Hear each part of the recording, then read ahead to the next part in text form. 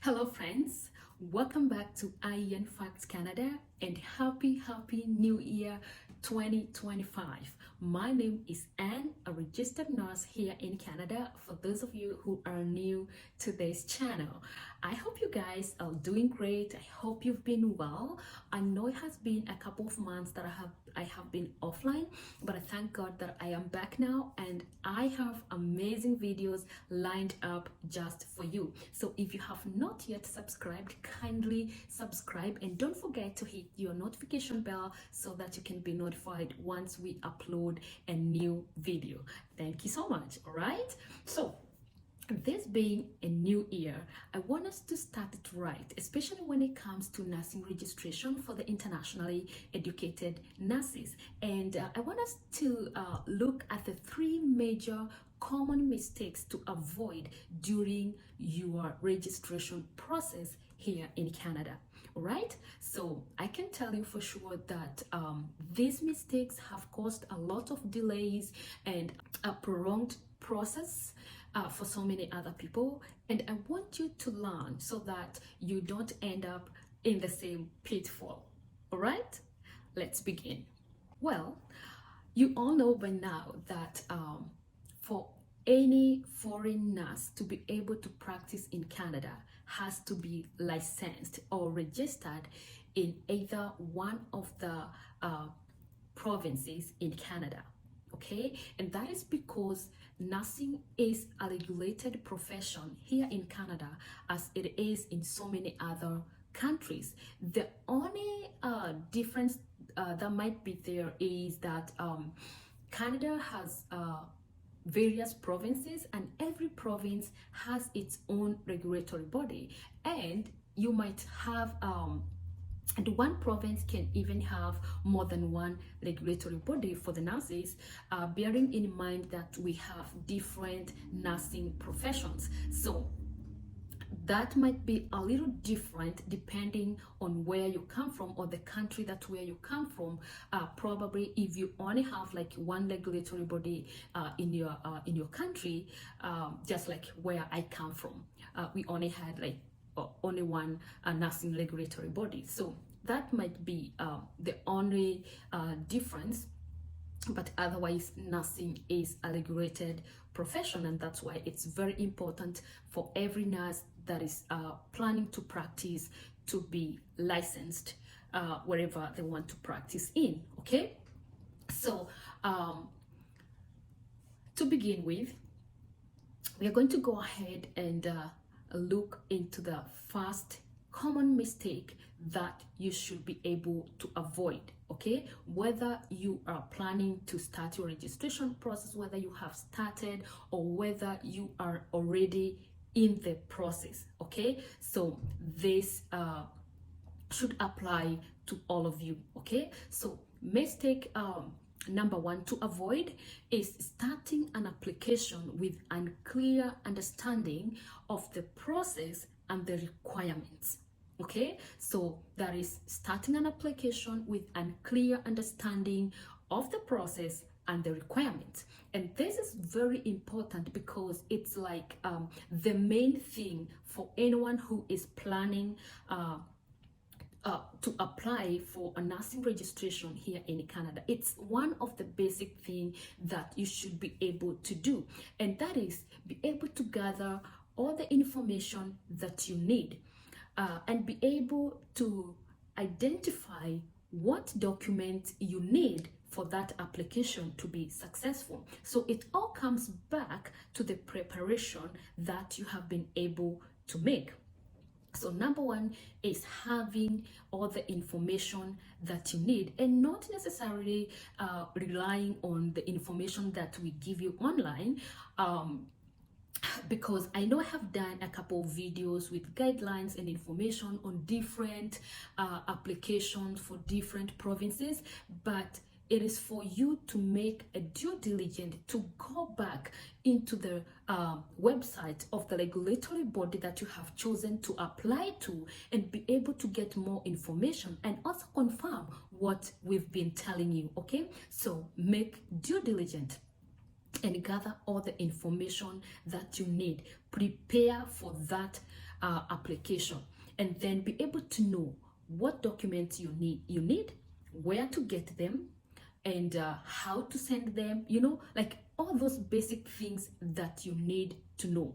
And if you feel that there are things that you will not be able to get, then you can always check with another province and see what they also require. So make sure that you understand what is required of you for that application to go through.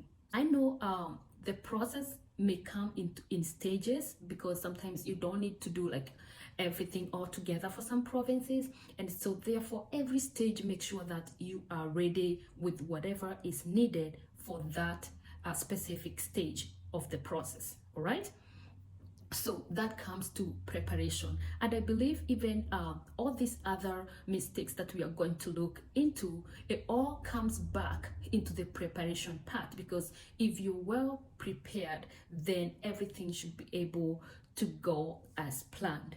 All right, so the second common mistake to avoid is incomplete or inaccurate documentation.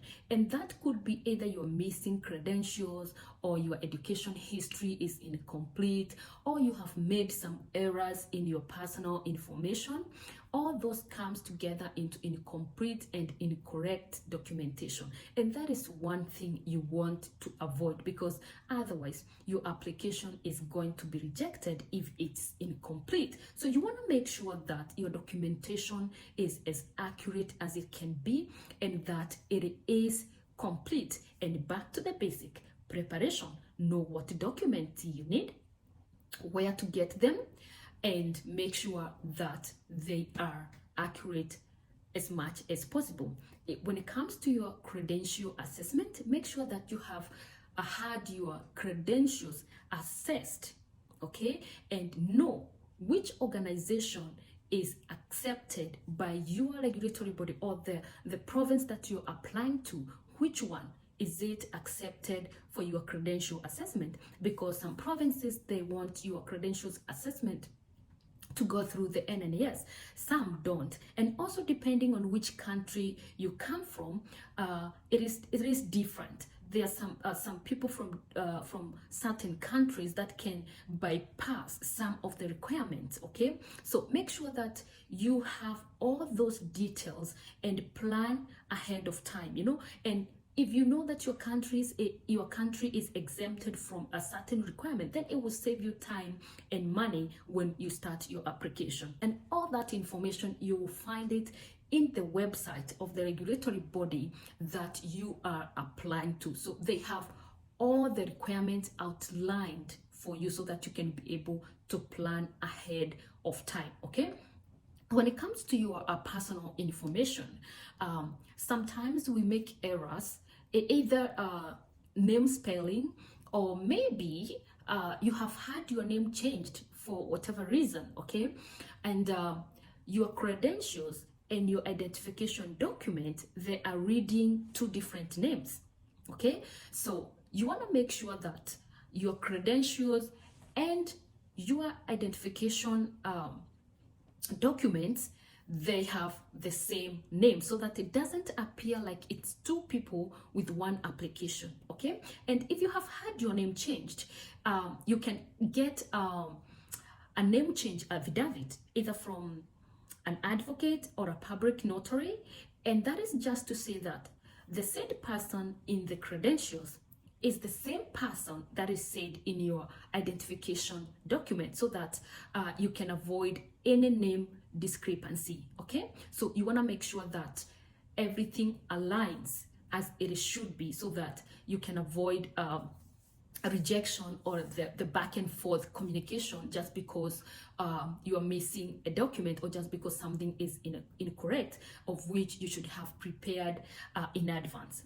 And also when you're doing your language proficiency, also make sure that if you say that you have done a language proficiency test, whether it's English or French, because Canada is both French and English speaking country, you want to make sure that the benchmark of the language proficiency, that is outlined in the requirements matches what you have. So make sure you understand the language proficiency requirement, and it's different for every province. Okay, as I said, some countries have an advantage than the others. There are those who will need language proficiency. There are those who will not need language proficiency. So make sure you understand very well all the requirements that you need.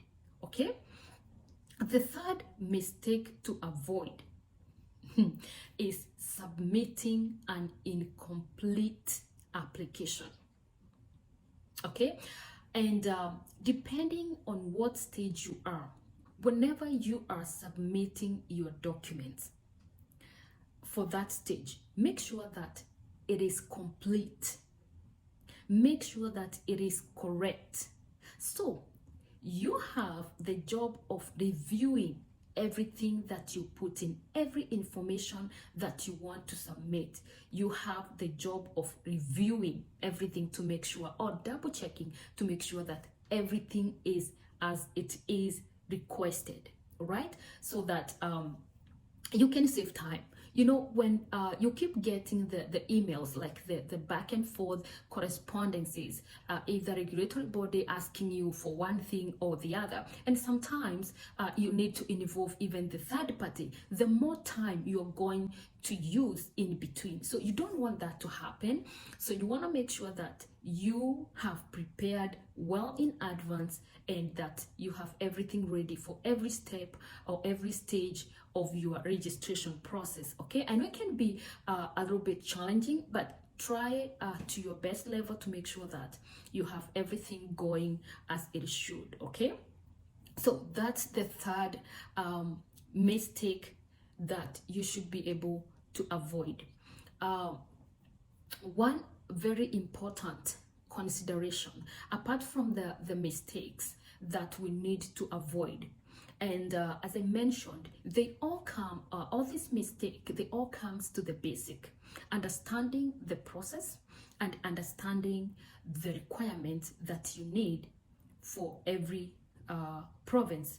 And that is because what is acceptable in one province, it might not be acceptable in the other province. One important consideration that you should have in mind is keeping or being up to date with the registration process. And that is because we have seen regulatory bodies making changes once in a while, and those changes can affect your application or they may not affect your application depending on where you are at. Okay, so make sure that you are going back more often to be able to know whether there are any changes that you need to be aware of. So make sure you are up to date throughout your registration process. Okay, so just a recap of what we have gone through is the 3 major mistakes to avoid this year. Okay, so we agree here, all right, that we are not going to make the same mistake, and this will help that your registration process is going to be as smooth and fast as possible. All right, so we are not going to make the same mistakes. And mistake number 1 is starting an application with a clear understanding of the process, and the second mistake is having inaccurate or incomplete documentation.